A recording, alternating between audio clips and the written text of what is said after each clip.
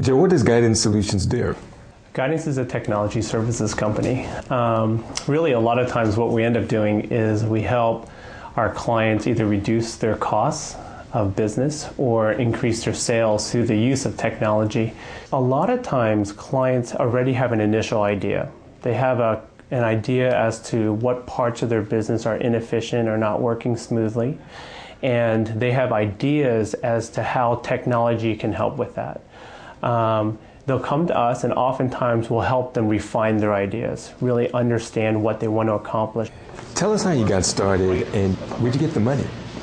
We actually started it through money in our own pocket. I remember at one point probably 99% of my net worth was in the company. That was about $100, maybe $1,000 at the time. But we really started the company out of our own pockets.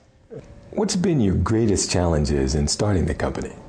There's been a lot of challenges. I think one of them is really finding the right people. Has always been, I think, a big part of our success, and also one of the largest challenges. This certainly has not been a one-man show. Colleagues like Pillin and VJ and Robert, and there's a bunch of people that really contributed greatly to the success of the company. But how do you actually find and keep the right people? I think a lot of it has to do with our core values. We have 5 core values in our company, and we try to find people that share in those values. And they're values like honesty, integrity, fairness, enjoyment of work and life, and passion and commitment. And when you find people who share in those values, I think it makes the whole experience enjoyable, and people tend to want to become a part of that. The tech sector has seen a dramatic downturn. How have you been able to survive? I think it's actually a combination of a couple things. It's a balance, I guess, between being adaptable. We've definitely had to, throughout our history, certainly throughout the last few years, been able to adapt to the different trends and different things that were happening in the market. And also, in some sense, being conservative, in that I think one of the things which has led to some of our competitors not surviving is because they were overly aggressive in how they invested and spent their money. Adaptability is sort of a nebulous concept. Give us a specific example of how you adapted under crisis. A couple years ago, a lot of our clientele were startup companies, these new .com companies who needed a lot of technical help. And almost overnight, that whole market disappeared. And so we had to quickly adapt and really focus on larger companies, your Fortune 1000 companies, companies like Foot Locker, that has been an anchor client of ours, for example. I understand you took a page from the incubator model. Tell us about that. There was a period of time, however, where we took equity or stock in companies in addition to cash. This was the same period where we were working with startup companies. So we were hoping to share in their future growth of their stock, and we took stock in return for some of our services, kind of like incubators do.